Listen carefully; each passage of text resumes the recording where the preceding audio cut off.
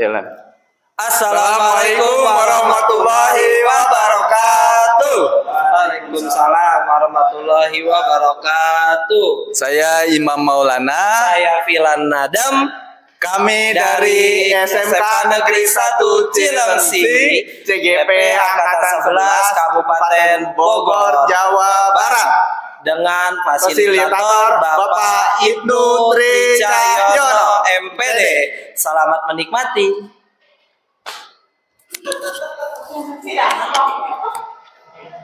Sudah? Oke, Bapak Ibu sekalian, mohon izin. Bismillahirrahmanirrahim. Assalamualaikum warahmatullahi wabarakatuh.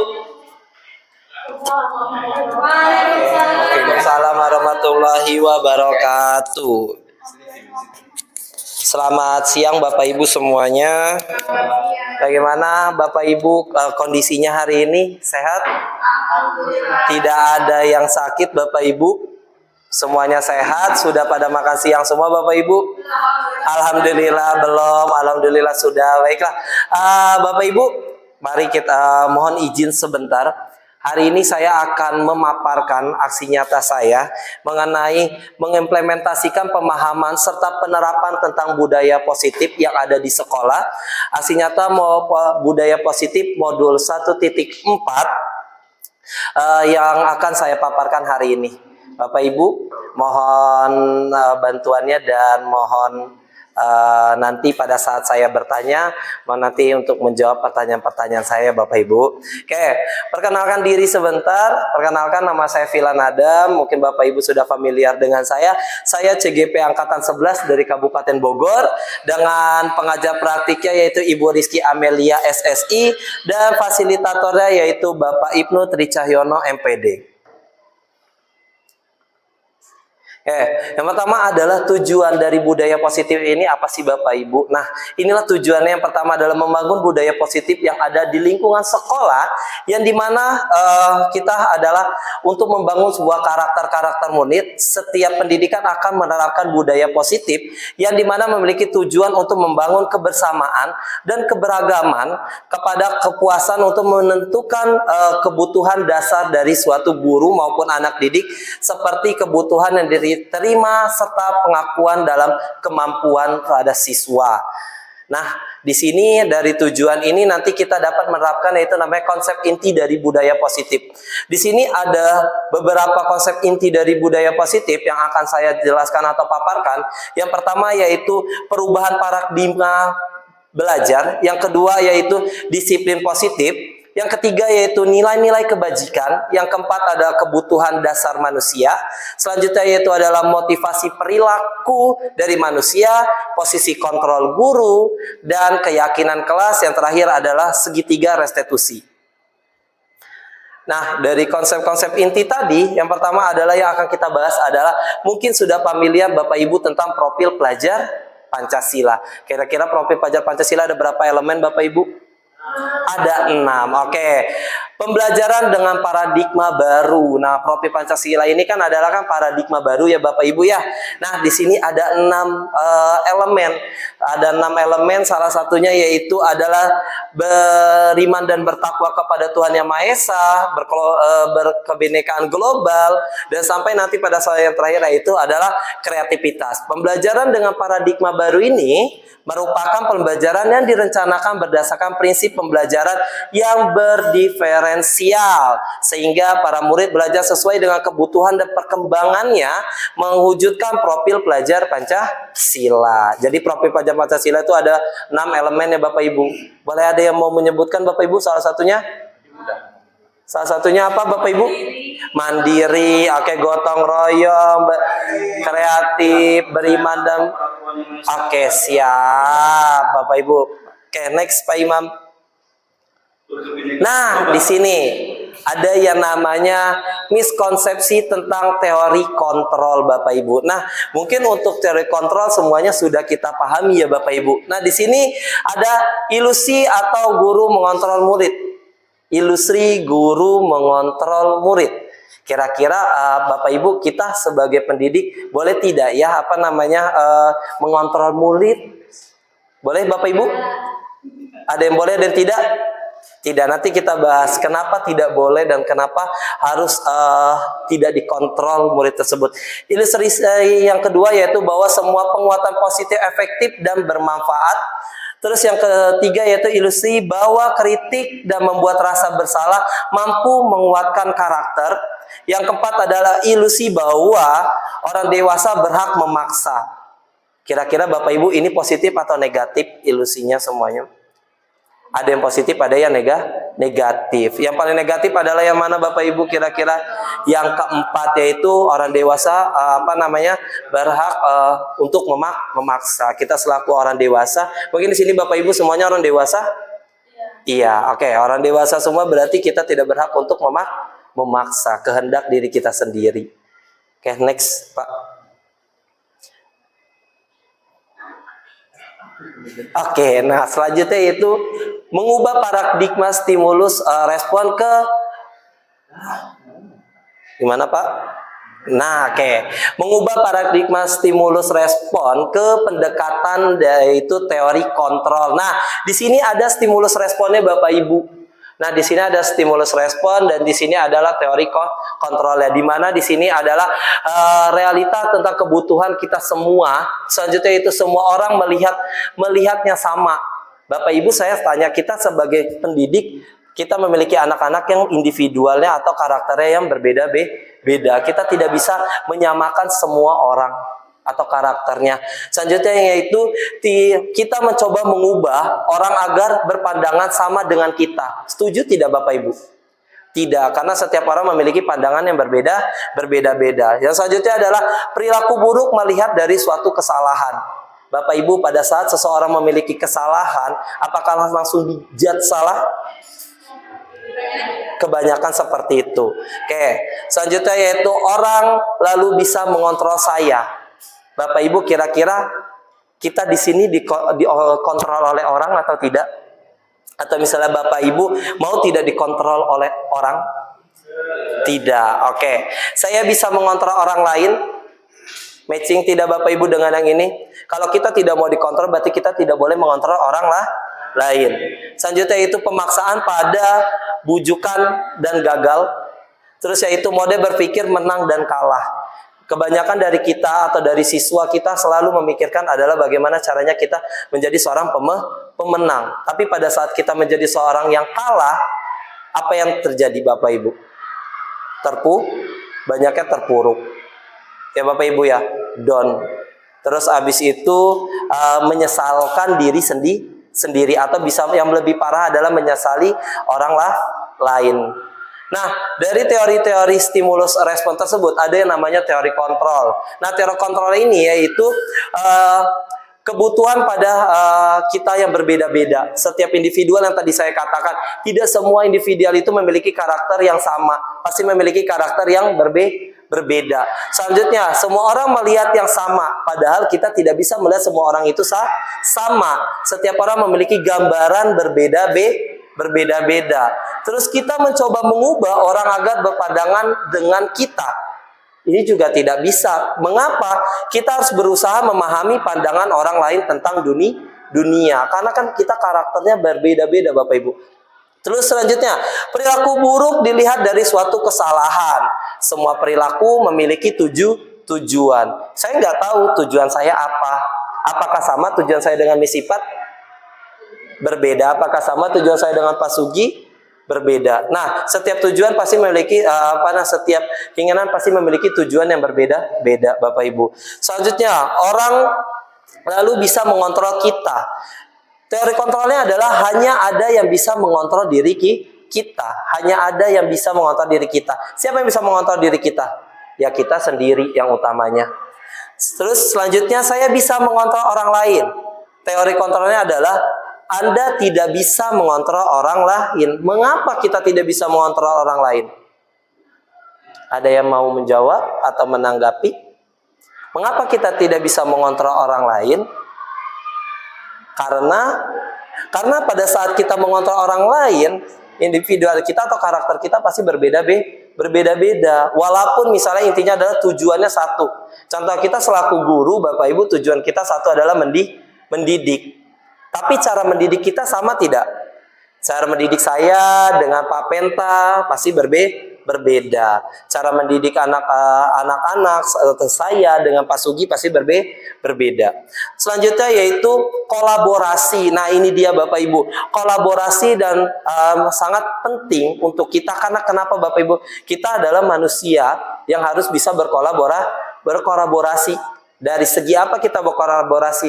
Banyak Bapak Ibu. Kita bisa berkolaborasi tentang materi kita bisa berkolaborasi tentang bagaimana cara mendidik anak kalau kita sebagai seorang guru. Selanjutnya yaitu mode berpikir menang kalah. Nah, kita semuanya memiliki berpikir tentang bagaimana caranya kita harus selalu menang. Kenapa? Berarti egois dong Bapak Ibu yang terakhir. Berpikir akan menang terus berarti kita egois dong Bapak Ibu. Oh tidak Bapak Ibu. Kenapa? Karena pada saat kita berpikir kita akan selalu menang, berarti kita terpikirkan bahwa kita memiliki motivasi Bapak Ibu untuk selalu maju. Oke, next Pak Imam. Nah, di sini ada yang namanya disiplin positif. Apa itu disiplin positif? Disiplin positif dari kita yaitu artinya adalah belajar disiplin muncul pada disiplin diri yang memiliki tanggung jawab terhadap apa yang dilakukan berdasarkan nilai-nilai yang diyakini. Saya kira Bapak Ibu dalam mengajar juga kita juga sebenarnya sudah memiliki disiplin positif. Hanya saja kadang kita tidak pernah merasakan disiplin positif itu. Benar nggak Bapak Ibu? Pada saat tadi yang disampaikan oleh Pak Imam, pada saat pagi-pagi disiplin positifnya yaitu makan bersama anak-anak itu sudah mencerminkan disiplin positif. Padahal nyatanya itu selalu dikerjakan setiap hari. Atau misalnya nih Bapak Ibu pergi ke sekolah, Bapak Ibu semuanya bangun subuh kan? Sholat subuh dulu kan Bapak Ibu. Nah berarti kan pada saat kita sholat subuh juga kita sudah menerapkan disiplin positif untuk diri kita sendiri. Nah salah satunya seperti itu. Nah selanjutnya disiplin positif merupakan salah satu cara menerapkan disiplin yang bertujuan untuk menumbuhkan kesadaran serta memberdayakan peserta didik tanpa imbalan Bapak Ibu. Nah ini dia, tanpa imbalan atau reward, ancaman atau hukuman. Tadi sudah dijelaskan juga oleh Bu Gendis, oleh rekan-rekan yang lain bahwasannya kita boleh tidak sih memberikan reward atau imbalan? Boleh, tapi hanya pada saat tertentu saja. Ya Bapak Ibu ya. Berarti pada saat tertentu itu berarti tidak seharusnya kita selalu memberikan reward atau imbalan. Memang reward atau imbalan itu atau misalnya penghargaan itu memang sebenarnya baik. Awalnya untuk apa? Untuk memotivasi anak-anak atau pada saat kita bekerja sebagai guru, pada saat pimpinan memberikan reward, kita kan kadang-kadang termotivasi. Ada yang termotivasi, ada juga yang terpuruk. Terpuruknya karena apa? Oh kok saya tidak pernah lagi ya dilihat oleh Bapak itu. Oh, kenapa saya tidak pernah dilibatkan lagi ya dalam kegiatan ini? Mungkin anak-anak akan berpikirnya seperti itu Bapak Ibu. Atau murid-murid akan berpikiran seperti itu. Tapi pada saat kita berposisi bahwa kita adalah seorang murid, dan guru itu adalah pimpinan kita juga akan sama memikirkannya seperti itu Bapak Ibu. Nah, itu yang dikatakan bahwasannya untuk penghargaan ini ada positifnya, ada sisi negatifnya. Nah selanjutnya sebagai guru tujuan kita adalah menciptakan peserta didik yang memiliki disiplin diri sehingga mereka berperilaku mengacu kepada nilai-nilai kebajikan di mana nilai kebajikan itu memiliki motivasi terus juga intrinsik dalam perubahan perilaku ke arah yang lebih baik. Sekarang Bapak Ibu, setiap peraturan atau setiap nilai-nilai kebajikan yang kita buat di dalam kelas atau di lingkungan sekolah sebenarnya tujuannya untuk apa sih Bapak Ibu? Tujuannya kita untuk apa sih Bapak Ibu menerapkan ini semua atau disiplin positif ini tujuannya untuk apa? Kalau di lingkungan sekolah kan berarti kan adalah untuk menerapkan bahwa siswa harus memiliki disiplin atau nilai positif nantinya agar ke arah yang lebih baik. Semuanya tujuannya sama Bapak Ibu. Hanya saja jalannya yang berbeda seperti itu. Disiplin positif antara misalnya Mr. Fajri dengan Miss Ipat mungkin berbeda. Atau misalnya disiplin Mr. Fajri, misal pada saat di kelas harus seperti ini, Miss Ipat pada saat di kelas juga pasti berbeda. Nah, itulah yang dikatakan bahwa kita adalah memiliki nilai-nilai kebajikan dan memiliki motivasi intrinsik. Next, Pak. Nah, ini dia nilai-nilai kebajikan. Nilai yang disepakati bersama lepas dari kita memandang sebuah suku, memandang sebuah agama maupun latar belakang, di mana di sini kita tidak boleh mengacu kepada satu individual Bapak Ibu. Nah, di sini ada contohnya nilai kebajikan atau institusi dari organisasi. Nah, di sini yaitu yang pertama adalah nilai-nilai kebajikannya, karena kita sudah masuk dalam profil pelajar Pancasila. Yang itu berdasarkan yaitu adalah 6 elemen tadi. Beriman, bertakwa kepada Tuhan Yang Maha Esa, dan berakhlak mulia, berkebinekaan global, gotong royong, mandiri, kreatif, dan bernalar kritis. Dari 6 elemen ini Bapak Ibu, apakah kita sudah menerapkan 6-6-nya kepada murid-murid kita? Atau salah satunya Bapak Ibu? Salah satunya mungkin ya, kalau 6-6-nya kan kita masih dalam berproses. Ya Bapak Ibu. Nah, dari profil pelajar Pancasila ini, dari ke-6 elemen ini, apa sih yang kita harapkan? Apa yang kita harapkan? Yang kita harapkan kan selaku guru pasti kita mengharapkan 6 elemen ini ada pada diri peserta didik kita. Tapi kita kan harus berproses yang tadi disampaikan. Adakah dari Bapak Ibu yang mengajar di kelas anak-anaknya sudah menerapkan beberapa hal ini?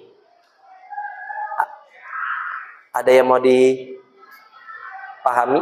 Adakah anak-anak murid Bapak Ibu sudah menerapkan salah satu dari 6 elemen ini? Boleh ngasih contoh Bapak Ibu? Pak Penta? Boleh? Gimana Pak? Berdoa sebelum belajar. Masuknya ke beriman dan bertakwa kepada Tuhan Yang Maha Esa. Oke, bisa itu Bapak Ibu. Kita sudah menerapkan itu setiap hari Bapak Ibu. Sebelum kita mulai kegiatan, kita sudah menerapkan hal tersebut. Kita sudah menerapkan berdoa terlebih dahulu. Kadang-kadang juga pada saat masuk kelas juga ada beberapa guru, silakan anak-anak dilihat terlebih dahulu kolong mejanya, apakah ada sampah atau tidak. Ya kan Bapak Ibu? Nah, itu masuk di mana tuh Bapak Ibu? Silakan dilihat kolong mejanya Bapak Ibu sebelum melakukan pembelajaran. Gimana? Gotong royong bisa, mandiri bisa nggak Bapak Ibu? Bisa, oke. Terus juga kalau ada juga yang kreativitas. Nah, anak-anak kita di sini Bapak Ibu kreativitasnya luar biasa. Nah, ini kita harus mencari wadahnya. Kita harus mencari tempat menampung kreativitas anak-anak tersebut. Nah, selanjutnya yaitu ada yang namanya program YPP, yaitu adalah program berbasis inquiry yang dirancang untuk mendukung setiap siswa dengan pengetahuan, keterampilan, dan sikap untuk menjadi pembelajaran aktif mandiri dalam seumur hidup. Toleransi, rasa, hormat, integritas, mandiri, menghargai, antusias, empati, kreativitas, percaya diri, dan komitmen. Nah, Bapak Ibu, di sini dalam hal tersebut, anak-anak semuanya sudah menerapkan ini belum? Tapi saya yakin anak-anak kita pasti sudah beberapa dari hal ini sudah ada yang diterapkan oleh anak-anak tersebut. Contohnya, misalnya rasa empati terhadap temannya. Tadi kan kata Pak Imam tadi juga sudah disampaikan bahwasannya ada anak belum tentu anak tersebut dikasih ongkos dari rumahnya. Tiba-tiba teman-temannya membantu. Itu kan sudah timbul rasa empati dari anak tersebut kepada teman-temannya. Atau antusias. Ada nggak Bapak Ibu yang anak-anaknya tuh mencari Bapak Ibu? Pak, Bu kok nggak masuk kelas ya? Ada. Pak Bu, kita senang dengan pelajaran Bapak Ibu. Kadang-kadang kita tidak berpikir senangnya di mana ya anak-anak itu dengan kita. Berarti kan anak-anak tersebut sudah timbul rasa antusias untuk belajar dengan kita. Atau kerjasama. Kerjasama dalam hal apa Bapak Ibu? Kerjasama bukan dalam hal misalnya mencontek, bukan, no. Tapi kerjasama misalnya dalam hal, misalnya dia kerja kelompok kah? atau saling membantu temannya satu sama lain. Ya, terus juga ada percaya diri. Nah, percaya diri inilah juga apa namanya yang bisa kita terapkan kepada anak-anak, Bapak Ibu, bahwasannya percaya diri itu sangat penting. Apalagi kan kita SMK ya, Bapak Ibu, sekolah menengah kejuruan, pasti anak-anak dituntut untuk mandiri, kreativitas ya sesuai dengan slogan kita itu racik, yaitu apa Bapak Ibu? Religius, amanah, cerdas, kreatif, dan inovatif. Nah, ini semuanya sudah terangkum dalam hal ini.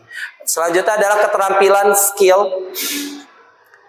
Selanjutnya yaitu ada keterampilan kehidupan skill di mana dapat dipercaya dalam hati pendekatannya aktif, tidak merendahkan orang lain dan memberikan yang terbaik dari diri. Nah, ini juga Bapak Ibu keterampilan hidup yang salah satunya utamanya adalah kita harus pendekatan atau kita harus mendengar dan kita juga harus saling menghargai dan kita juga harus memberikan yang terbaik kepada siapa Bapak Ibu. Kalau kita selaku guru di sini berarti kita harus memberikan hal yang terbaik kepada anak-anak.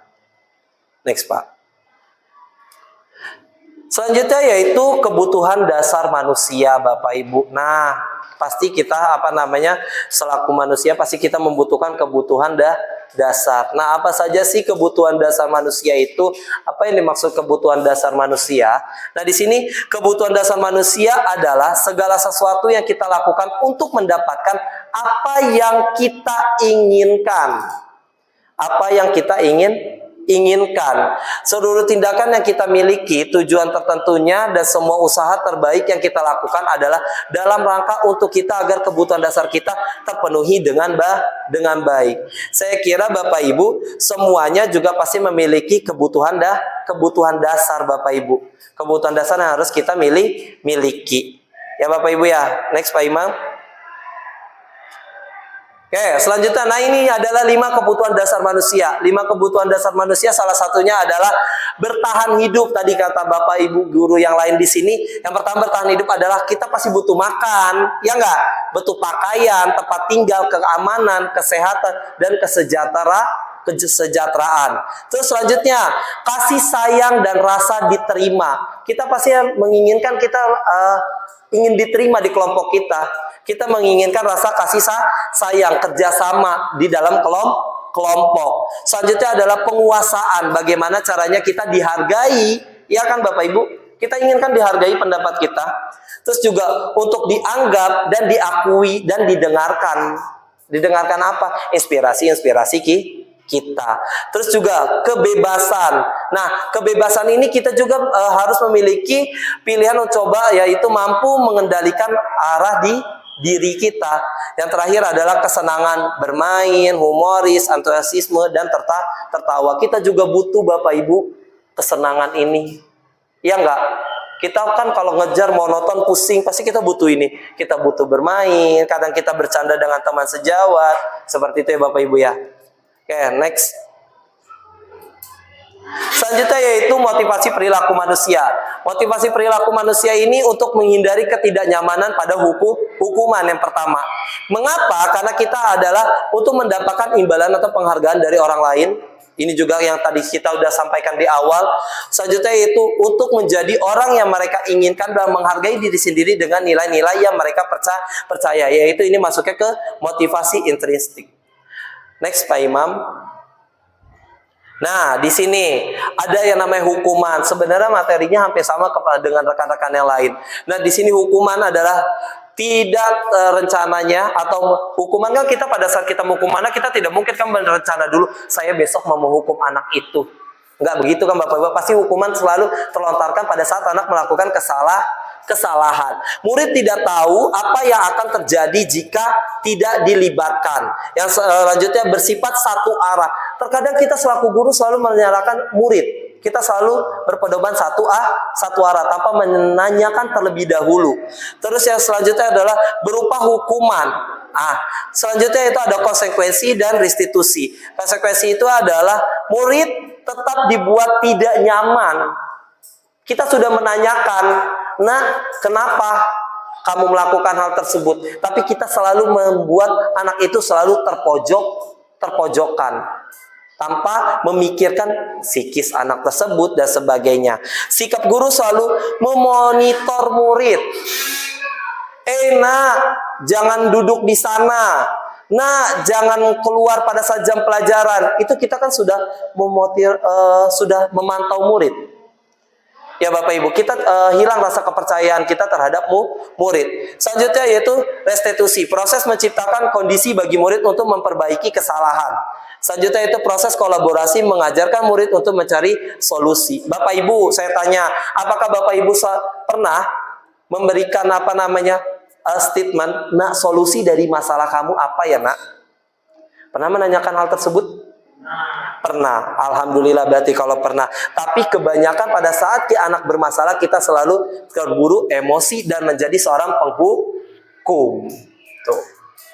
Next Pak. Oke, nah di sini ada 5 posisi kontrol. Ya, 5 posisi kontrol ini salah satunya adalah kita penghukum, terus membuat merasa bersalah, teman, pemantau, dan manajer. Kira-kira Bapak Ibu yang pantas untuk kita selaku guru dari 5 kontrol ini apa? Menjadi seorang apa? Kepada manajer, siap. Pantas tidak kita menjadi penghukum? Tidak. Pantas kita membuat merasa bersalah? Tidak juga. Pantas kita menjadi seorang teman kepada siswa? Bisa. Tapi pada saat waktu tertentu. Oke. Pemantau? Boleh. Tetapi jangan sampai anak tersebut merasakan bahwa dia selalu dipantau. Ya Bapak Ibu ya. Next Pak.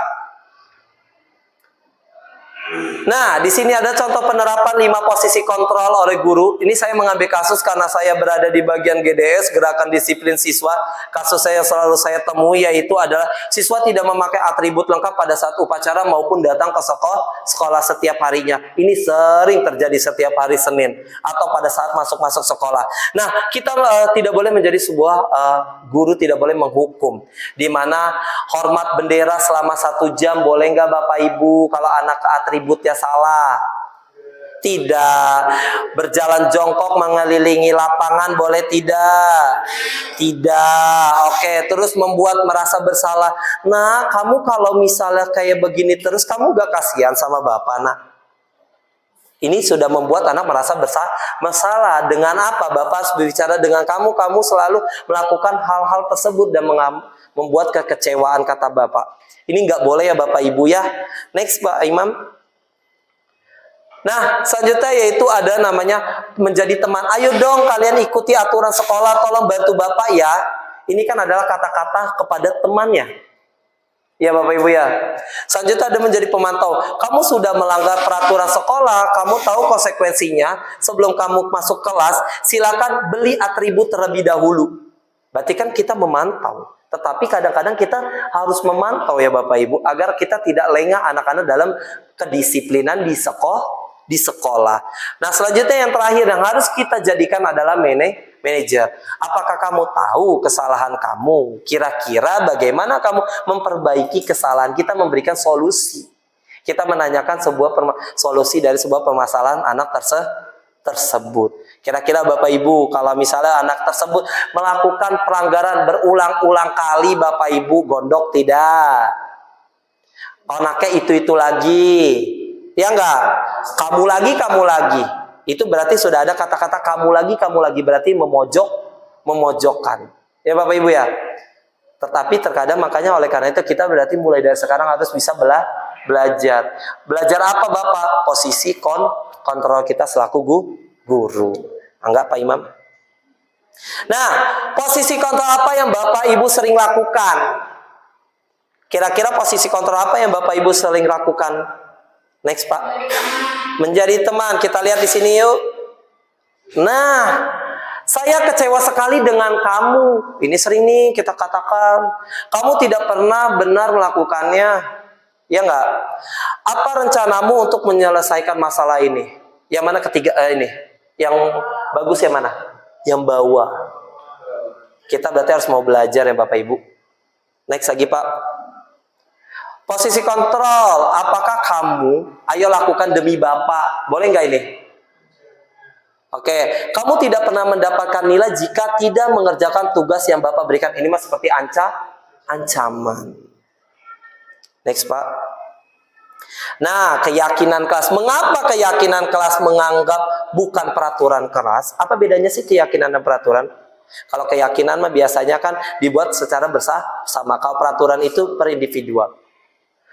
Atau kita sendiri yang membuat. Nah, bentuk keyakinan kelasnya yang pertama adalah bersifat abstrak. Berusaha pernyataan dibuat dalam pernyataan positif. Sedikit saja kata-kata yang mudah dimengerti oleh murid sesuai dengan kondisi kelas, dan semua warga sekolah dilibatkan dalam membuat keyakinan ke kelas. Hampir semua kalau keyakinan kelas itu kita harus menuruti kehendak anak, yaitu 85%. Sisanya 15%-nya adalah kita selaku kontrolnya. Nah, ini ada segitiga restitusi Bapak Ibu. Suatu proses dialog yang dijalankan oleh guru agar dapat menghasilkan murid mandiri dan bertanggung jawab sesuai dengan kebutuhan. Nah, di sini yang pertama adalah validasi tindakan yang salah. Kita menanyakan kepada terlebih dahulu tindakan yang salah. Kedua, menstabilkan identitas. Yang ketiga adalah menanyakan keyakinan dalam tahapan segitiga restitusi tersebut. Menstabilkan identitas berdasarkan prinsip membuat kesalahan adalah bagian dari sebuah proses Bapak Ibu. Pada saat anak-anak membuat suatu kesalahan, itu adalah proses pembelajaran. Yang dimana proses pembelajaran itu harus kita membuat salah satunya untuk kita harus menganggap bahwa hal tersebut adalah wajar. Juga yaitu kita lihat nih, tidak ada manusia yang sempurna. Terus saja Bapak Ibu juga pernah melakukan itu. Bapak Ibu juga pernah melakukan kesalahan. Kamu berhak merasa begitu. Nah, ini adalah kata-kata yang harus kita tanyakan kepada murid-murid kita pada saat anak-anak melakukan sebuah kesalahan. Menstabilkan identitas. Selanjutnya yaitu adalah validasi tindakan yang salah. Berdasarkan prinsip setiap perilaku merupakan kebutuhan tertentu, yang dimana Bapak Ibu di sini ada kalimat-kalimatnya. Kamu pasti punya salah, mengapa melakukan hal tersebut? Ini kan ada pertanyaan-pertanyaan ya Bapak Ibu ya. Terus selanjutnya itu, padahal kamu bisa melakukan hal yang lebih buruk dari ini ya. Kamu mampu, atau misalnya kamu melakukan karena ini penting bagimu.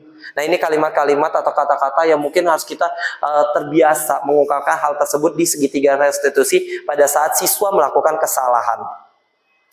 Yang selanjutnya adalah menanyakan keyakinan kelas, di mana berdasarkan prinsip teori kontrol pada dasarnya termotivasi secara intrinsik. Di mana di sini menanyakan keyakinan kelas terlebih dahulu yang terakhir. Apa keyakinan kelas kita pada saat anak-anak sudah melakukan kesalahan? Kita akan mencari solusi setelah ini. Selanjutnya, nilai apa yang telah disepakati bersama di dalam kelas? Seperti apa gambaran kelas yang ideal menurut kamu? Kamu ingin menjadi orang seperti apa, nak? Ini pada saat kita memvalidasi sudah selesai, kita tanyakan hal ini untuk menemukan solusi dari sebuah permasalahan anak tersebut. Untuk apa? Agar apa sih? Nah, agar anak tersebut tidak merasa terpojokan pada saat memiliki sebuah permasalahan, dan dia merasa bahwa dia diberikan solusi oleh kita selaku guru. Nah, di sini ada contoh penerapan segitiga restitusi yang sudah saya terapkan Bapak Ibu. Nah, enggak Bapak Ibu bisa dilihat dulu. Ini salah satu Bapak Ibu restitusinya, yaitu adalah kesalahannya tidur di dalam kelas seorang siswa. Nah, stop Pak. Stop. Nah, yang pertama adalah kita menanyakan permasalahan tersebut Bapak Ibu. Kenapa kamu tidur di dalam kelas, nak? Sudah berapa kali nak tidur di dalam kelas? Nah, pada saat itu kan anak pasti merespon. Next Pak. Belum selesai Pak. Nah, pertama ada sebuah kasus ya Bapak Ibu. Nah, dimajuin aja Pak. Majuin lagi Pak. Validasi tindakan yang salah. Apa tindakan yang salah pada saat anak tidur di dalam kelas Bapak Ibu? Yang salahnya adalah dia tidur di dalam kelas pada saat jam pelajaran. Oke. Next Pak. Sampai terakhir aja Pak. Nah, di situ. Nah, setelah itu anak kan pasti mendapatkan sebuah solusi dari masalah tersebut. tanpa harus mengejudge anak tersebut salah. Oke, next Pak, video berikutnya. Nah, yang ini satu lagi Bapak Ibu. Ini adalah ilustrasi bagaimana anak-anak di jurusan TOI yang pada saat itu 3 perempuan ini mengadukan anak-anaknya, mengadukan teman-temannya. Ya, pada saat itu teman-temannya ini sedang bertengkar gara-gara alat prakteknya itu berantakan atau hilang. Nah, ditanya ilustrasinya apa? Ditanyakan apa namanya? Ditanyakan permasalahannya apa? Ternyata di sini permasalahannya adalah salah satu temannya itu bertengkar lantaran alat prakteknya selalu hilang atau alat prakteknya selalu diaku oleh teman-teman. Ya kan di sini berarti kita mencari menggunakan segitiga restitusi dari sebuah permasalahan tersebut Bapak Ibu. Kita menanyakan validasinya, kita menanyakan mengapa hal tersebut, dan kita menanyakan juga kenapa. Ya Bapak Ibu. Dan terakhir kita menanyakan keyakinan kelasnya yang diterapkannya. Ya Bapak Ibu. Jadi dari hal tersebut Bapak Ibu, anak-anak nanti tidak akan merasa terpojokkan, merasa dia bersalah. Seperti itu Bapak Ibu. Anak-anak tersebut menemukan sebuah solusinya. Nah, yang terakhir adalah refleksi pengalaman pada saat pembelajaran yang saya lakukan pada saat saya menerapkan, salah satunya menerapkan budaya positif ini, yaitu adalah dengan saya coaching dengan ibu kepala sekolah tentang budaya positif. Terus yang kedua, banyak budaya positif yang sudah diterapkan di sekolah kita dan maupun di setiap jurusan yang berbeda-beda Bapak Ibu. Nah, di sini ada saya menerapkan anak-anak di sini mengumpulkan limbah sampah Bapak Ibu. Nah, ini juga ada. Terus di sini juga saya biasanya berdiskusi dengan anak-anak Bapak Ibu tentang kegiatan hari ini. Terus juga membersihkan area-area sekolah. Selanjutnya yaitu saya berkolaborasi dengan rekan-rekan guru lainnya. Oke Bapak Ibu. Mungkin ada yang mau ditanggapi Bapak Ibu, 1-2 tanggapan saja berhubung waktu. Enggak, silakan Bu Gendis.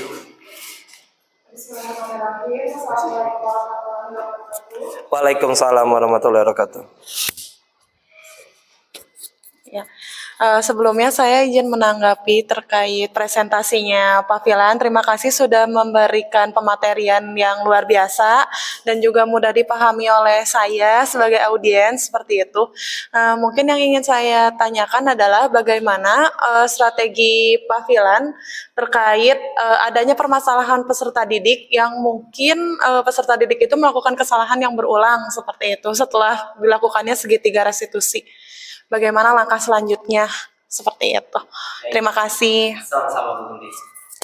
Oke, saya ulang kembali pertanyaan dari Bu Gendis. Bagaimana cara kita setelah kita menerapkan segitiga restitusi kepada anak-anak dan anak tersebut melakukan sebuah kesalahan lagi?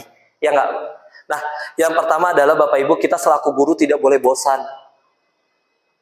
Masa anaknya bermasalah lagi? Anak ini lagi.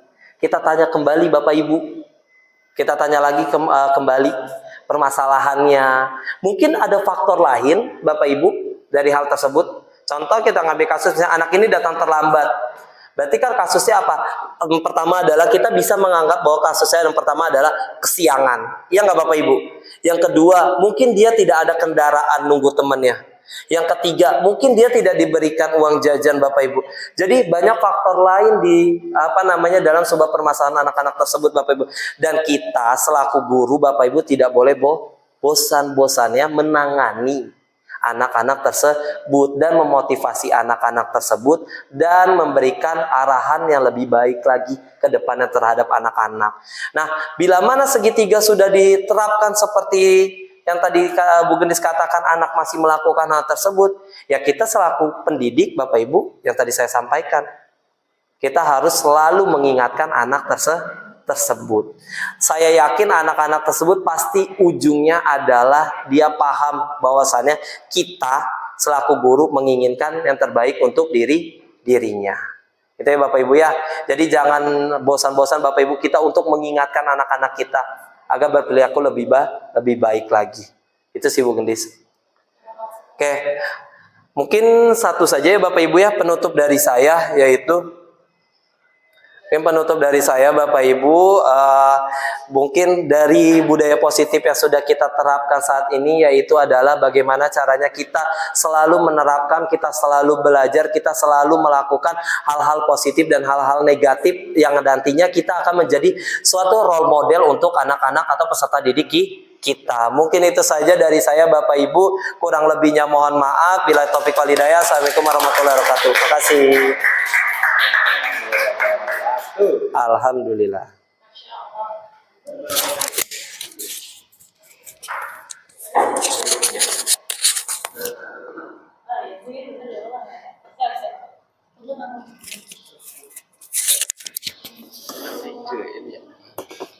Ke situ dulu. Nanti kalau pas banyak.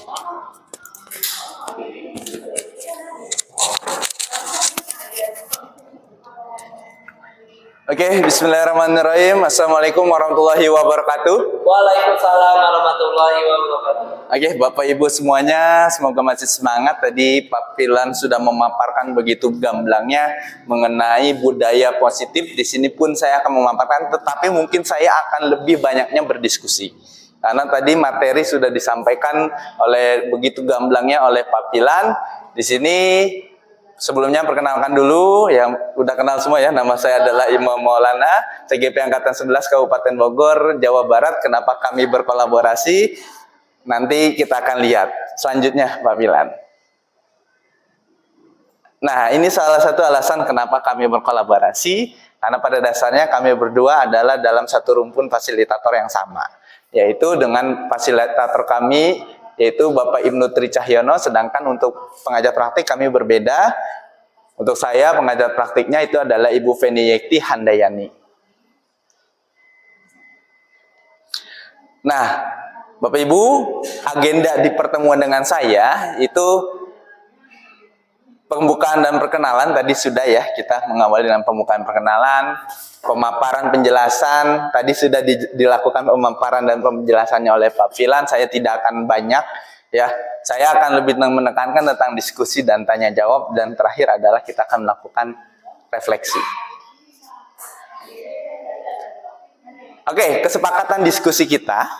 Yang pertama, kita mengawali kegiatan dengan berdoa. Tadi sudah ya, kita berdoa. Apa kita mau berdoa lagi?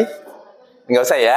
Nah, kemudian menghargai orang yang berbicara, mencatat jika ada yang perlu dicatat, mengangkat tangan jika ada yang ingin ditanyakan atau ditanggapi, memulai dan mengakhiri diskusi tepat waktu. Mungkin tadi agak panjang sedikit Pak Pilan ya, mohon maaf ya. Nah, kemudian mengikuti diskusi dengan rasa bahagia, dan seperti itu. Oke, lanjut Pak Pilan. Tujuan diskusi kita hari ini adalah berbagi pengalaman dan bertukar informasi mengenai penerapan budaya positif di lingkungan sekolah. Lanjut Pak Pilan. Nah, sebelum itu kita ice breaking dulu biar semangat kali ya Bapak Ibu ya. Dari tadi kayaknya dengar pemaparannya Pak Pilan tuh ngantuk banget ya. Kita berdiri semuanya aja ya, berdiri. Oke, saya ada namanya tepruk siang, pagi, siang, dan malam. Kalau saya bilang pagi, itu tepuknya 1 kali.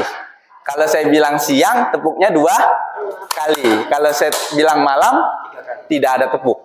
Karena malam itu sunyi. Ya. Oke, kita mulai. Pagi, siang, pagi, siang, malam. Iya, kita ulang lagi sekali lagi. Pagi, pagi, siang, siang, pagi. Oke. Siang, pagi, malam, pagi. Oke, kita semua. Ya, silakan duduk lagi ya. Udah Bu, udah ya Bu. Ibu ini suka keenakan kalau ice breaking ya. Oke, kita lanjut lagi. Saya hanya akan mengambil benang merah dari yang tadi dipaparkan oleh Pak Pilan. Pada dasarnya, budaya positif ini adalah perwujudan dari nilai-nilai atau keyakinan universal yang diterapkan di sekolah. Apa itu keyakinan universal? Keyakinan universal itu adalah keyakinan yang tidak melihat dari ras, budaya, dan agama.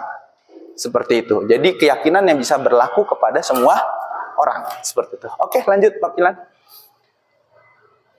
Yang tadi Pak Wilam paparkan pada dasarnya, konsep dasar budaya positif itu ada beberapa poin, yang mulai dari perubahan paradigma, belajar, disiplin positif, kebutuhan dasar manusia, motivasi, posisi kontrol, keyakinan kelas, dan segitiga restitusi. Keyakinan kelas ini, segitiga restitusi, mohon maaf ya Bapak Ibu ya, tidak akan terjadi kalau sebelumnya Bapak Ibu tidak melakukan keyakinan kelas. Karena keyakinan kelas itu awal kita untuk melakukan sebuah nantinya ke depannya untuk segitiga restitusi. Karena di dalam segitiga restitusi yang tadi Pak Pilan katakan bahwa kita akan selalu menanyakan masalah keyakinan. Kalau kita sebelumnya kita belum membuat keyakinan kelas, apa yang mau kita tanyakan kepada anak? Kan seperti itu. Nah, poin pekerjaan rumah kita sebagai seorang guru sekarang adalah bagaimana kita mewujudkan profil pelajar Pancasila. Dan pengingat kita untuk di zaman sekarang, kurikulum yang sekarang adalah bagaimana kita menciptakan sebuah pembelajaran yang berpihak pada murid.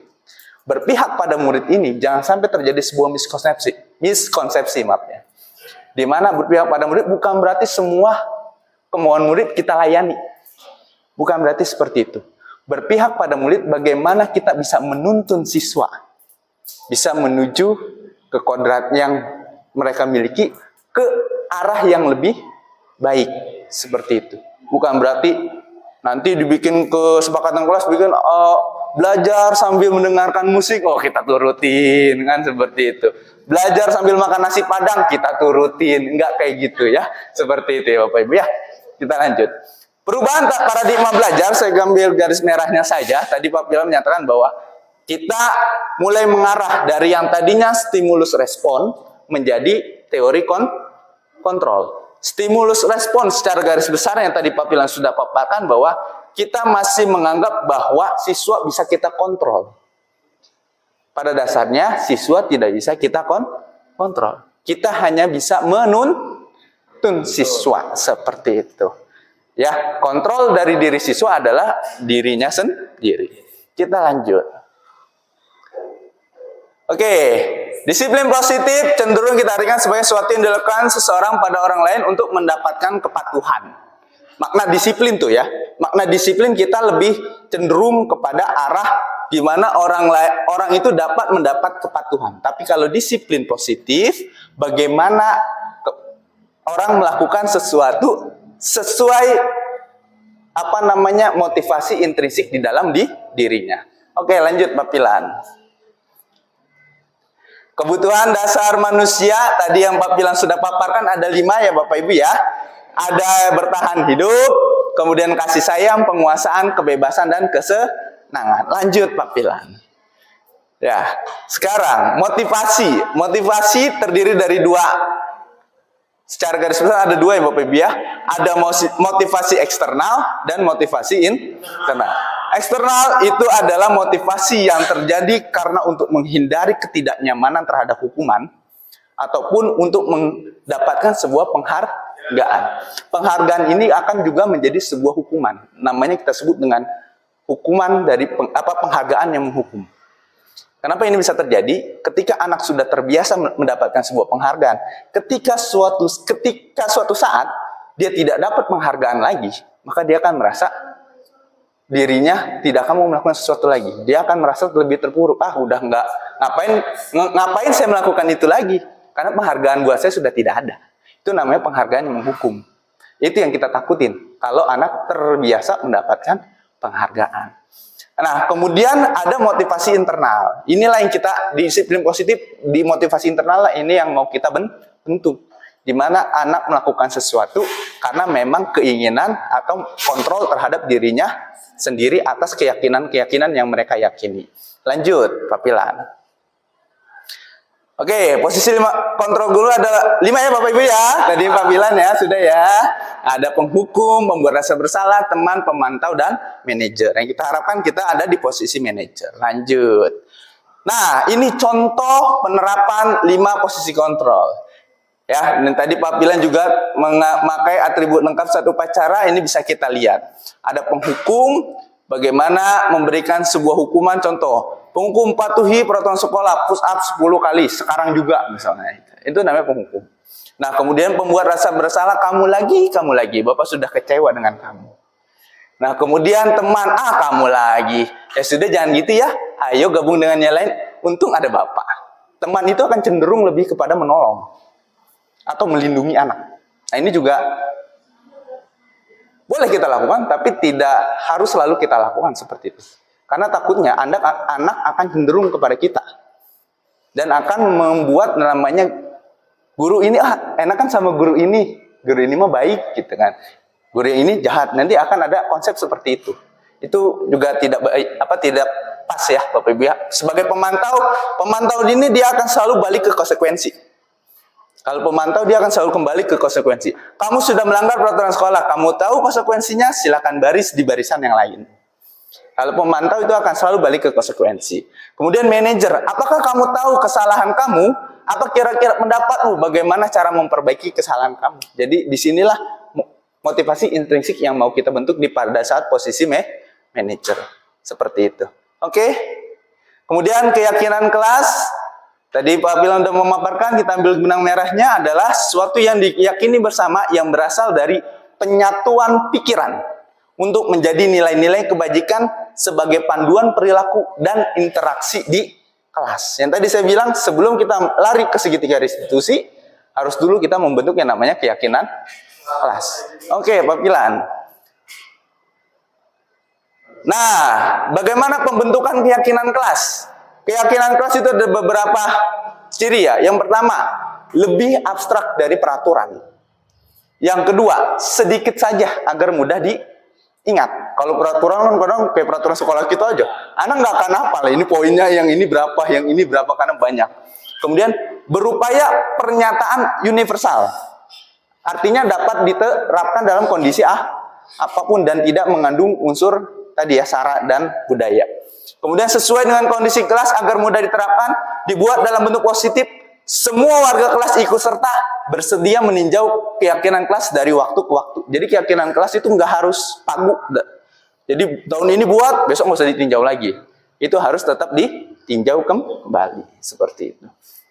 Nah, ini proses pembuatan keyakinan kelas yang saya lakukan. Yang pertama, keyakinan kelas itu sebenarnya balik lagi berawal dari perumusan peraturan kelas.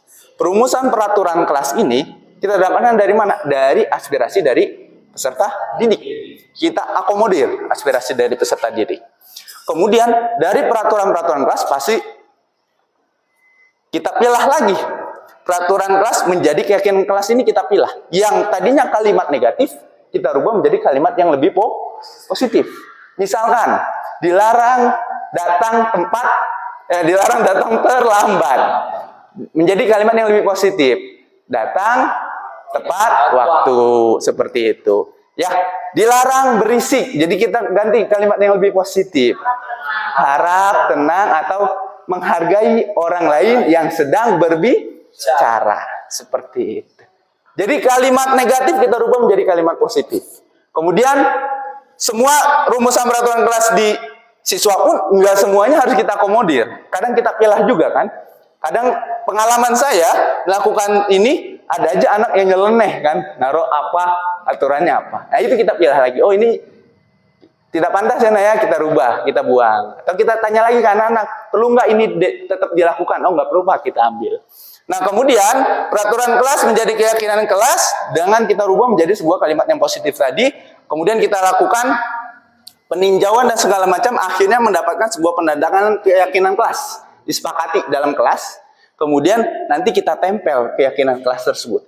Kalau kita wali kelas, Pak, bagaimana kalau kita bukan wali kelas? Kita hanya sebagai guru mata pelajaran. Itu kan nggak mungkin kita tempel di dalam kelas. Banyak dong kelas jadinya. Ini keyakinan kelas guru bahasa Inggris, ini guru matematika, ini guru PJOK, ini. Nah, nggak usah. Kalau guru cukup disimpan saja. Cukup disimpan saja, nanti akan kita ingatkan lagi ketika anak melakukan sebuah pelanggaran. Saat pembelajaran kita ingatkan lagi, saat pembelajaran kita ingatkan lagi. Cukup disimpan aja, nggak usah kita tempel. Kecuali kita wali kelas. Kalau wali kelas ya tempel kan situ. Itu udah kelasnya kita, seperti itu. Bala lah ibaratnya ya, kelas kita jadi bala ntar kayak gitu. Oke. Selanjutnya. Nah ini ya Bapak Ibu ya, keyakinan kelas yang saya terapkan di kelas 10 TE 2 untuk pelajaran IPA saya. Saya bukan wali kelasnya, ini lebih ke mata pelajaran. Ya, Bapak wali kelasnya. Itu yang pertama, diambil tadi kan hanya sedikit. Ini saya ambil 4 saja. Dari rangkuman banyak, anak tuh bikin peraturan banyak, kita klasifikasikan lagi. Karena kadang ada dua hal yang mirip, sama. Jadi kita satukan. Misalkan menjaga kebersihan kelas, menghargai guru dan teman, melaksanakan tata tertib kelas dan sekolah, bersikap tenang saat pembelajaran berlangsung. Ini keyakinan yang saya dapatkan dari kelas 10 TI2. Lanjut Pak Pilan. Nah, ini untuk restitusi ya. Restitusi secara garis besarnya merupakan sebuah cara menanamkan disiplin pada murid agar murid kembali kepada kelompok mereka dan membentuk karakter yang lebih kuat. Itu sebenarnya tujuan dari restitusi. Lanjut Pak Pilan. Ciri-ciri restitusi menguatkan fokus pada karakter, bukan menebus kesalahan tapi belajar dari kesalahan. Itu poin yang ketiga, bukan menebus kesalahan tapi belajar dari kesalahan. Bagaimana anak bisa memperbaiki kesalahannya sehingga tidak mengulangi lagi di keesokan harinya.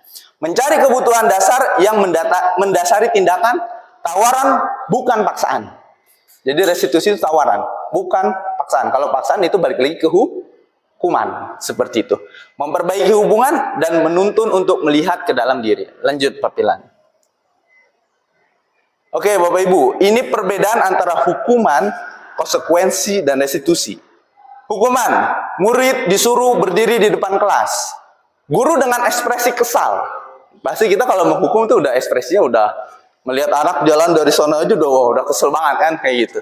Dan marah ke murid. Murid disuruh menulis, saya tidak akan terlambat lagi sebanyak 100 kali ya. Masih ada di sini? Masih ada. Nah, kemudian ada konsekuensi. Konsekuensi itu guru memberikan konsekuensi berada di dalam kelas selama jam istirahat langsung. Ini kasusnya apa biasanya? Kasusnya bisa dalam keadaan anak terlambat. Kalau konsekuensi itu harus ada hubungan dengan masalah yang terjadi. Itu konsekuensi. Jadi, kalau hukuman itu tidak ada hubungan dengan masalah yang terjadi. Misalkan masalahnya tadi, anak datang terlambat, disuruh berdiri depan kelas. Apa korelasinya? Nah, kemudian kalau dibikin konsekuensi, anak datang terlambat, oke, kamu istirahat, jangan keluar karena kamu tadi terlambat. Atau kamu istirahat, kamu nanti pulangnya harus jam 4:10 karena kamu tadi datangnya jam 7:10. Itu namanya konsekuensi. Jadi ada hubungan korelasi daripada permasalahannya. Seperti itu. Guru tegas dan murid menghormati peraturan. Murid akan lebih menghormati peraturan kalau seperti itu. Kalau hukuman, murid adanya yang adalah kesal. Ya, dongkol, kesal, dan segala macam mereka. Nah, kemudian restitusi. Restitusi ini guru menanyai keyakinan kelas yang telah disepakati. Ini yang saya bilang tadi. Restitusi tidak akan terjadi kalau kita belum membuat keyakinan kelas tersebut. Oke, kita lanjut. Oke, sekarang kita lihat penguatan pemahaman Bapak Ibu. Silakan bisa di-scan Bapak Ibu. Di situ ada beberapa studi kasus. Bapak Ibu tentukan, itu hukumankah? Itu konsekuensikah? Oke?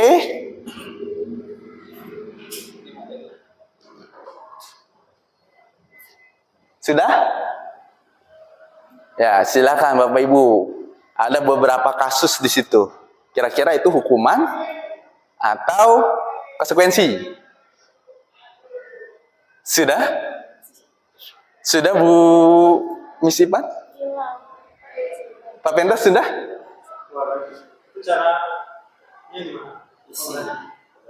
Tambah aja.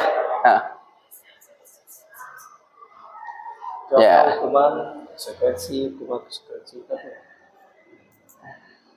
Kita lihat, udah ada yang menjawab? Oh, mau scan Pak Pilan.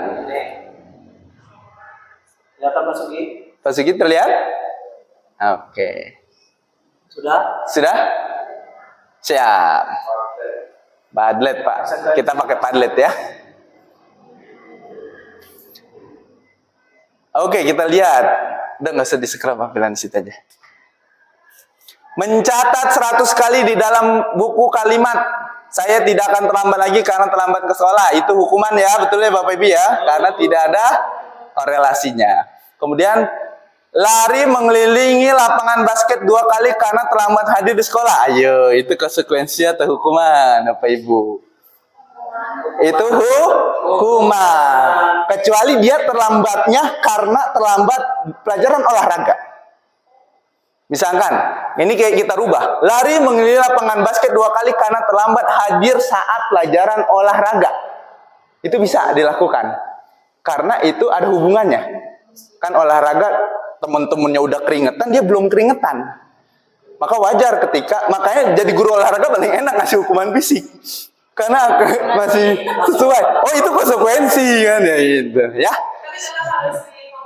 Iya, harus di penguatan di awal. Betul, Bu Genis. Kemudian murid diminta untuk push up 15 kali karena tidak menggunakan masker ke sekolah. Oke, itu hukuman ya. Kemudian menggantikan kertas tugas teman yang telah dicoret-coret. Betul, itu konsekuensi. Karena dia harus menggantikan apa yang sudah dia rusak. Kan seperti itu. Kemudian membersihkan tumpahan air di meja tulis karena tersenggol pada saat pelajaran. Betul, itu konsekuensi ya. Karena dia harus, intinya konsekuensi itu harus menyelesaikan masalah yang sudah dia perbuat. Nah, kemudian meminta murid tidak mengenakan sepatu seharian di sekolah karena tidak menggunakan sepatu hitam. Hukuman konsekuensi? Konsekuensi, karena sepatu yang digunakan dia salah. Lari mengelilingi lapangan basket 2 kali karena terlambat untuk pelajaran PJOK. Nah, ini bisa masuk nih. Ini konsekuensi. Betul ya? Oke, terima kasih Bapak Ibu. Beri tepuk tangan untuk kita semua. Ya. Kita lanjut lagi ya. Gamesnya sudah ya. Kita lanjut. Ada beberapa diskusi lagi yang mau saya bahas. Nah, sebelum itu kita bahas tentang segitiga restitusi. Tadi tahapan segitiga restitusi yang sudah Pak Pilan paparkan ada menstabilkan identitas, validasi tindakan, dan menanyakan keyakinan. Oke, lanjut Pak Pilan. Oke, ini saya melakukan sebuah penerapan segitiga restitusi. Selamat pagi, Adnan. Pagi, Pak. Adnan tahu ini sudah jam berapa? Lanjut aja, Pak Pilan. Langsung ke respon. Selamat pagi, Adnan. Pagi, Pak.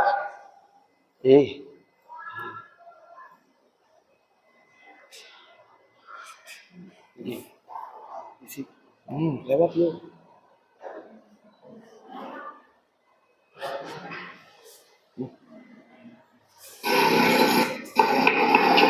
Selamat pagi, Adnan. Oke. Adnan tahu ini sudah jam berapa? Tahu, Pak. Saya langsung aja ya Bapak Ibu ya.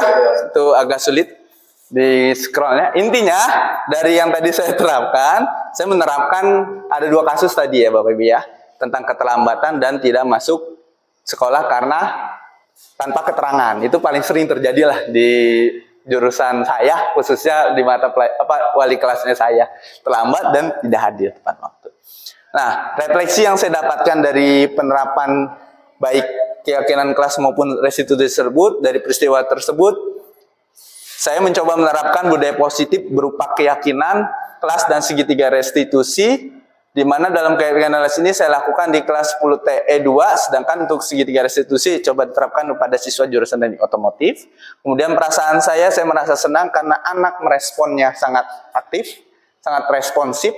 Kemudian peserta didik yang saya terapkan segitiga restitusi pun menganggap itu menjadi suatu hal yang positif, di mana dia merasa mendapatkan ruang ketika ada masalah, dia mendapatkan ruang untuk berbicara, tidak langsung disalahkan, seperti itu.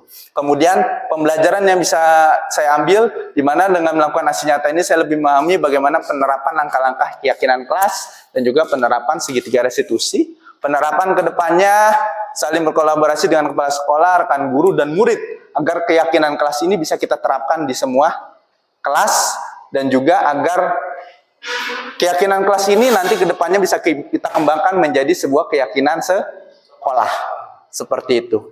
Dan juga agar nantinya budaya positif di lingkungan sekolah kita bisa terjadi atau terbentuk. Kemudian selanjutnya Pak Pilan. Oke, kita akan mau diskusi. Yang pertama, ini terkadang miskonsepsi yang terjadi pada restitusi. Yang pertama, apakah jika sudah menerapkan budaya positif, berarti tidak ada aturan atau konsekuensi? Nah, ya kan? Nah, ini kita yang mau diskusikan. Ada yang mau menanggapi? Coba. Itu jadi bahan diskusi kita ya. Jadi, apakah jika sudah menerapkan budaya positif, berarti tidak ada aturan atau konsekuensi? Coba, Pak Penta. Apakah jika menerapkan budaya positif berarti tidak ada aturan atau konsekuensi? Tidak juga. Tetap harus ada aturan ataupun konsekuensi. Siap, terima kasih. Beri tepuk tangan untuk Pak Penta ya. Oke, tanggapan nomor 1. Itu benar sekali yang kata Pak Penta. Ketika kita sudah menerapkan budaya positif, contohnya restitusi, apakah restitusi sudah selesai begitu saja dengan anak menyelesaikan solusinya? Tidak juga. Tapi tetap ada namanya konsekuensi yang harus mereka hadapi. Ya, konsekuensi ini muncul dari mana? Dari keyakinan tadi. Dari keyakinan tadi, pastikan anak boleh dong kita bikin kesepakatan ini kok dilakukan. Kalau nggak dilakukan nanti konsekuensinya ini. Seperti itu. Nanti kita tanyakan lagi keyakinannya ini. Oke, kamu masih ingat keyakinan kamu? Oke Pak. Terus untuk memperbaiki kesalahan keyakinan kamu, oh nanti dia nyebutin gini Pak. Nah, udah setelah itu silakan dia melakukan konsekuensi yang harus dia lakukan. Jadi restitusi itu bukan hanya sekedar menasehati, tapi restitusi juga harus tetap ada konsekuensi. Nah kemudian, apakah jika murid sudah mendapatkan restitusi maka ia tidak perlu mendapatkan konsekuensi? Nah, aturan adat tadi sudah terjawab ya. Nomor 2, apakah semua masalah nih yang ketiga yang berkaitan dengan budaya positif harus diselesaikan dengan restitusi? Apakah semua masalah harus diselesaikan dengan restitusi? Nah, ini pertanyaan unik yang ketiga lagi. Iya, apakah semua masalah harus bisa diselesaikan dengan restitusi? Oke, Pak Mr. Fajri silakan. Saya. Pertanyaan adalah apakah semua masalah harus diselesaikan dengan restitusi? menurut saya tidak, Pak. Karena masih ada cara lain mungkin yang saya tidak tahu. Karena kan bukan salah satu-satunya cara restitusi. Seperti itu. Oke. Bagaimana, Pak? Oke, terima kasih, beri tepuk tangan dulu untuk Mr. Fajri ya. Nah, ini diskusi ini kita akan lebih seru ini ya. Karena ini akan menjadi sebuah miskonsepsi yang terjadi. Ya. Apakah semua masalah yang berkaitan dengan budaya harus diselesaikan dengan restitusi? Tadi jawaban Mr. Fajri tepat sekali. Tidak semua masalah itu harus diselesaikan dengan restitusi. Ada namanya masalah yang memang harus kita selesaikan saat itu juga. Contoh, bagaimana kasusnya? Saya di lapangan upacara atau dalam kelas lagi ngajar, tiba-tiba anak semua gaduh. Gak mungkin dong saya panggil biang keroknya satu-satu untuk saya restitusi. Habis pelajaran saya untuk merestitusi satu-satu. Atau saat upacara, anak semuanya gaduh. Terus saya tarik satu-satu, kapan upacara mau kita mulai? Nah, seperti itu. Kita mengenal ada satu tahap lagi yang kita kenal dengan 30 detik interferensi. Jadi kita bisa menyelesaikan masalah dalam waktu 30 detik. Yaitu dari tahapan segitiga restitusi tersebut kita langsung melakukan tahapan yang kedua, yaitu menanyakan keyakinan. Jadi saat dia berisik, bisa diam, bagaimana cara kalian harus diam? Kita langsung nanyakan gitu. Enggak lagi ditanya, kenapa kalian berisik nak? Kan seperti itu. Kapan selesainya? Atau saat lagi membariskan saya, bisa dimulai upacaranya nak? Apa yang harus kalian lakukan supaya barisan ini cepat rapi? Seperti itu. Itu namanya interval 30 detik. Interval 30 detik. Jadi segitiga restitusi, restitusi ini kadang tidak harus balik lagi ke tadi yang segitiga restitusi yang terjadi tadi. Ya. Jadi restitusi itu bukan berarti harus kita lakukan dengan langkah segitiga tadi. Ya, tapi bisa juga kita lakukan dengan langkah yang lain. Dan juga budaya positif juga tidak bisa selalu semuanya kita selesaikan dengan restitusi. Kadang ada masalah yang memang sudah di luar daripada restitusi. Contoh masalah yang sudah di luar dari restitusi yang sudah melanggar peraturan. Berdasarkan peraturan kepolisian. Ya, kemudian yang sudah melanggar daripada atau merusak fasilitas. Misalkan vandalisme di luar sana dan segala macamnya. Itu berarti sudah tidak bisa kita lakukan restitusi. Karena pada dasarnya itu sudah melanggar sudah melewati batas daripada peraturan dan keyakinan yang ada. Contoh misalnya kasus anak menghamili kan nggak mungkin langsung kita restitusi. Jadi maka disitulah kita bisa langsung restitusi ini tidak bisa kita terapkan di situ. Seperti itu ya Bapak Ibu ya. Jadi nggak selalu masalah itu harus dibuat restitusi. Seperti itu. Oke, lanjut Pak Pilan. Oke, tanya jawab. Ada yang mau bertanya? Oke, nggak apa-apa.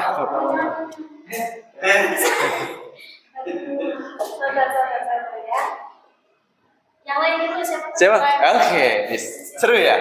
Ini seru diskusi saya. Bismillahirrahmanirrahim. Pak Imam izin bertanya. Tadi kan ada how to be a great teacher tuh kayak pada akhirnya kita harus menjadi seorang manajer gitu ya di kelas. Kan sebelumnya pasti sulit ya Pak kayak gitu ya Pak. Saya juga banyak belajar sulit sekali menahan mengatur ego saya sebagai seorang pengajar gitu ya Pak, sebagai seorang pendidik. Kan ada tahap pemantauan ya Pak ya. Nah, pemantauannya modelnya seperti apa sih Pak ketika segitiga tersebut sudah dilakukan, proses pemantauannya seperti apa gitu Pak? Bapak yang pengalaman Bapak gimana? Makasih. Oke, langsung saya jawab dulu ya, Bapak Ibu ya. Nanti ke pertanyaan kedua, 2 pertanyaan aja ya. Waktunya tidak banyak soalnya kita. Tadi luar biasa yang disampaikan oleh Miss Ipat ya. Bagaimana sih kita proses pemantauan daripada segitiga restitusi? Kalau sebenarnya di segitiga restitusi posisi kita itu bukan lagi menjadi pemantau lagi. Posisi kita sudah di posisi manajer. Kalau kita sudah melakukan segitiga restitusi, sebenarnya posisi kita sudah ada di posisi manajer. Terus Pak, bagaimana kita pemantauan keberlanjutan daripada segitiga restitusi ini? Bagaimana jika segitiga restitusi ini anak masih mengulanginya lagi? Jadi segitiga restitusi yang harus kita pahami itu bukanlah satu tindakan yang hanya sekali. Tapi segitiga restitusi adalah tindakan yang bisa kita lakukan berulang kali. Makna dari segitiga restitusi ini adalah kita hanya sampai batas di mana kita untuk mengetahui, menganalisis kebutuhan anak apa yang belum terpenuhi. Dan kemudian untuk nantinya bisa kita lakukan tindakan berikutnya seperti apa. Jika kasus tersebut kita harus berkolaborasi dengan orang tua dan guru BK, maka kita lakukan gitu. Jadi bukan berarti dengan segitiga restitusi selesai. Kalau ternyata anak melakukannya lagi, oh berarti harus ada tindakan lain. Itu silakan berkolaborasi dengan guru BK, berkolaborasi dengan orang tua atau wali murid. Barangkali setelah kita analisis dari segitiga restitusi yang berulang, ternyata kebutuhan anak yang belum terpenuhi itu ada dari latar belakang keluarganya. Maka kita disitulah berkolaborasi dengan orang tua. Ternyata setelah kita segitiga restitusi, contoh kasus kayak mungkin sering kehilangan kan di sekolah kita, anak-anak suka ada kasus barang hilang. Ternyata setelah kita restitusi, kemudian kita analisis, ternyata memang ada latar belakang jiwa yang terdalamnya atau latar belakang masa lalu. Itu kita tidak bisa selesaikan hanya sebatas dari segitiga restitusi. Oh ternyata harus ada masuk ke orang psikiater, psikolog, segala macam. Nah itu kita taruh ke sana. Jadi segitiga restitusi itu baru awal sebenarnya, Miss. Iya, baru asesmen awal kita untuk menganalisis. Nanti ketika anak mengulangi lagi, ternyata baru kelihatan nih, makin lama kelihatan analisis kita, ternyata ada latar belakang yang harus diperbaiki atau dan segala macam, dan itu tidak bisa kita selesaikan sendiri. Ternyata harus ada kolaborasi dengan orang tua, harus ada kolaborasi dengan guru BK, bahkan harus ada kolaborasi dengan praktisi psikolog seperti itu. Itu bagaimana, Miss? Ya, pemantauannya akan panjang. Itulah peran kita sebagai guru. Ya, seperti itu. Ada lagi? Oke, ya. Assalamualaikum warahmatullahi wabarakatuh. Mohon izin bertanya ya Pak Imam, ya sangat luar biasa sekali papilan Pak Imam tadi sudah menyampaikan tentang disiplin positif. Yang pertama dari yang sudah disampaikan Bu Kendis, Pak Imam, Pak Filan, saya mohon penjelasan yang lebih konkret lagi terkait dengan motivasi internal. Kalau eksternal kan tadi banyak disebutkan ya, maksudnya kayak hadiah, hukuman dan lain-lain. Nah, yang real tentang motivasi internal itu yang seperti apa? Ini istilahnya ini kelas nih kita. Nanti mungkin bisa ya praktekkan. Nah, yang kedua, pertanyaan ada 4 nih Pak, nggak apa-apa. Tadi antara hukuman, terus konsekuensi, restitusi. Nah, tanggapan Pak Imam, kan ketika konsekuensi itu harus ada benang merahnya antara apa yang tidak dilakukan, konsekuensinya apa gitu kan. Nah, tanggapan Pak Imam terkait, saya masih melihat ada beberapa pada saat upacara, ada yang tidak menggunakan atribut, itu harus dipisahkan barisannya. Nah, itu termasuk yang mana?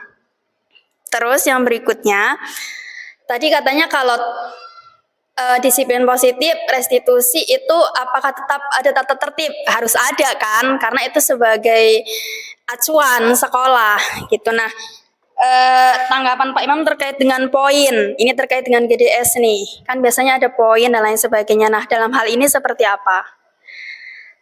Gitu. Nah, terus yang terakhir berarti hukuman, konsekuensi, restitusi yang boleh kita lakukan tuh berarti di konsekuensi dan restitusi ya. Dua itu aja. Yang hukumannya Hukuman bukan berarti tidak boleh naik, tapi bisa mungkin dihindari. Berarti yang boleh dilakukan yang dua kan? Oke, terima kasih. Itu pertanyaan. Oke, terima kasih Bu Maul ya, panjang sekali ya. Apa ya? Tadi yang pertama apa? Motivasi ya. Oke. Motivasi. Satu-satu ya, Bu. Ntar saya konfirmasi lagi yang kedua apa gitu kan. Nah, banyak ini. Oke, untuk perihal motivasi internal itu adalah segala sesuatu yang dia lakukan karena memang ada rasa tanggung jawab terhadap apa yang dia lakukan. Jadi kayak misalkan di dalam kelas, misalkan ada kita piket kelas lah misalkan. Misalkan kita piket kelas. Piket kelas itu ketika motivasi internal itu terjadi kan berarti kita tidak perlu lagi menghayo-hayokan lagi anak ya. Anak udah kayak ibaratnya udah otomatis atas kesadaran, atas tanggung jawab dia sudah melakukan piket kelasnya. Nah, untuk motivasi internal ini memang bukan hanya butuh waktu yang singkat. Perlu namanya pembiasaan waktu yang sangat panjang. Nah, ini adalah PR kita sebenarnya sebagai seorang guru, bagaimana peran kita untuk memantau setiap harinya.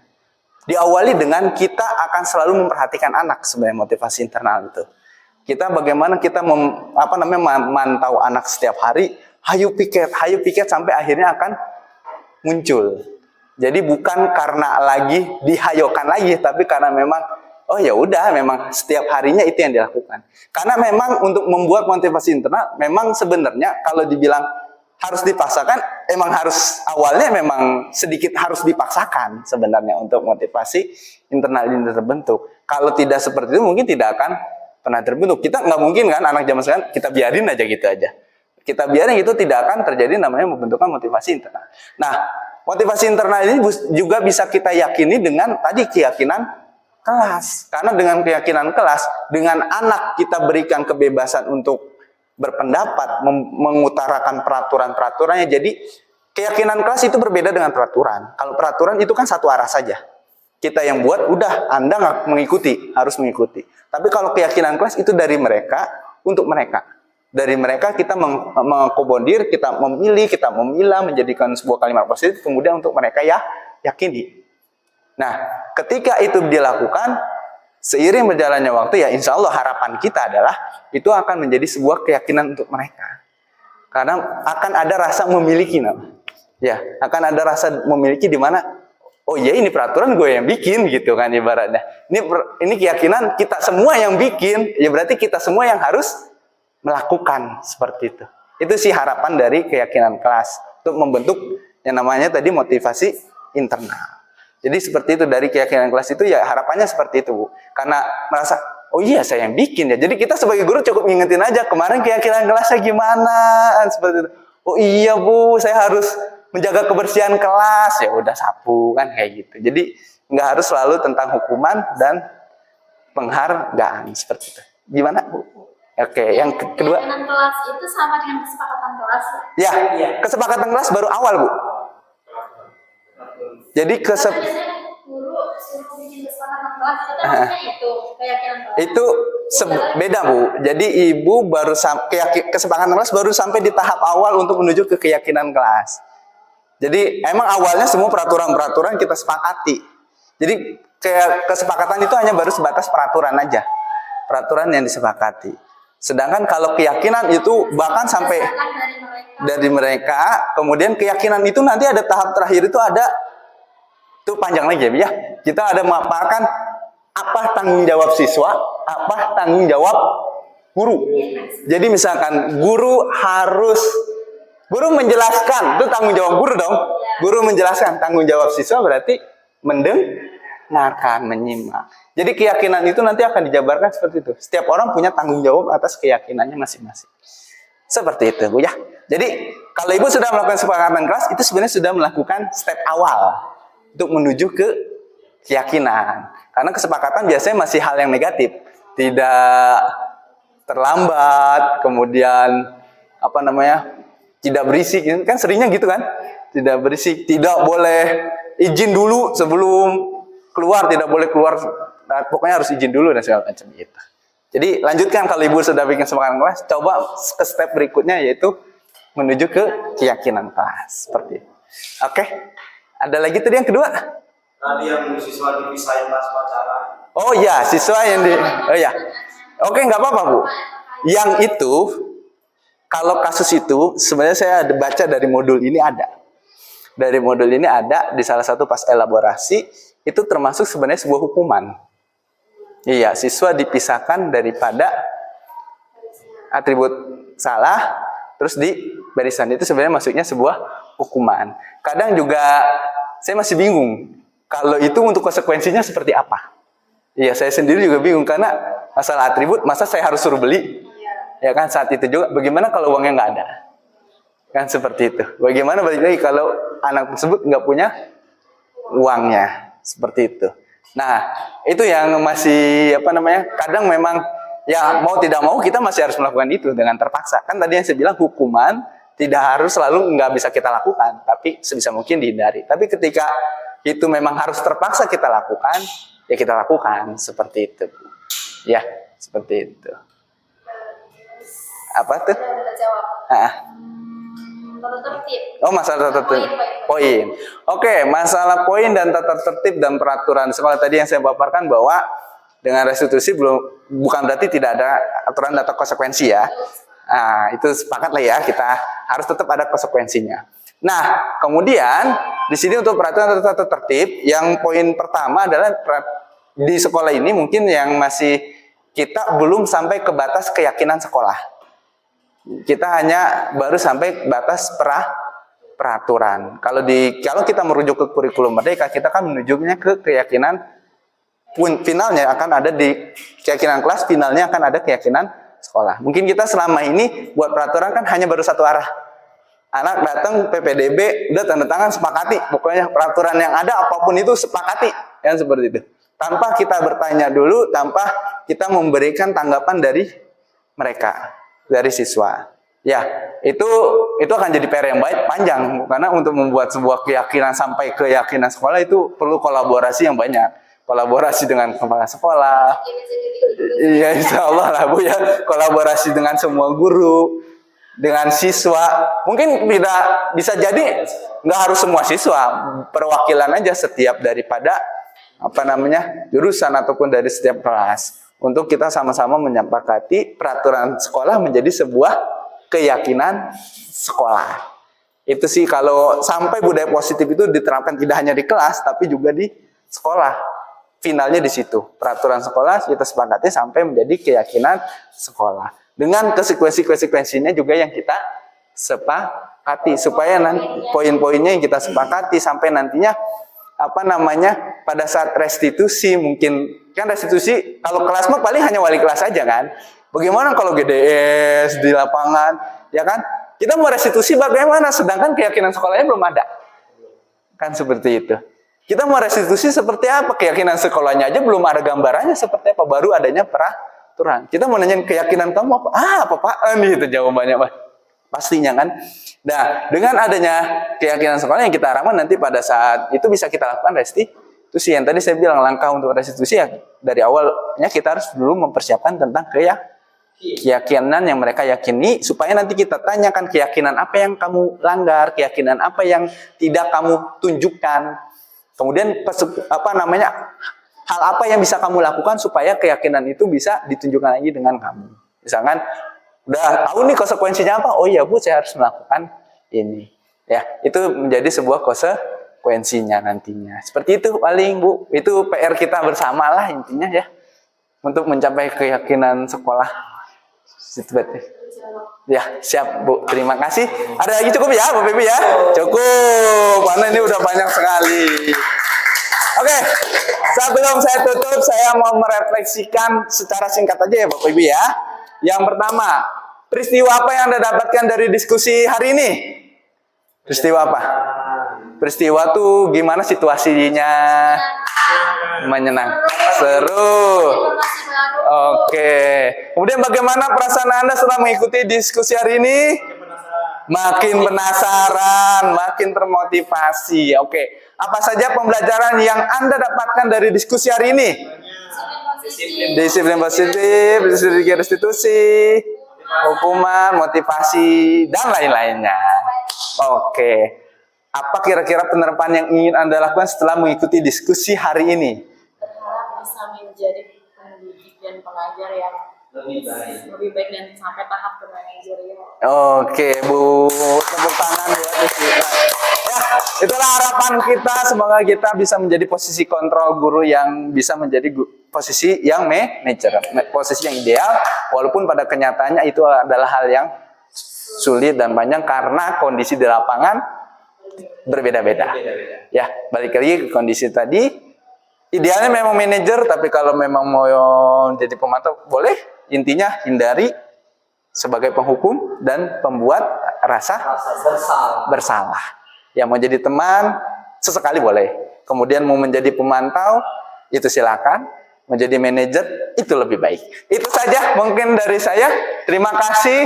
Sekian dari saya dan juga rekan saya, Pak Filan Adam. Salam dan bahagia. Wassalamualaikum warahmatullahi wabarakatuh.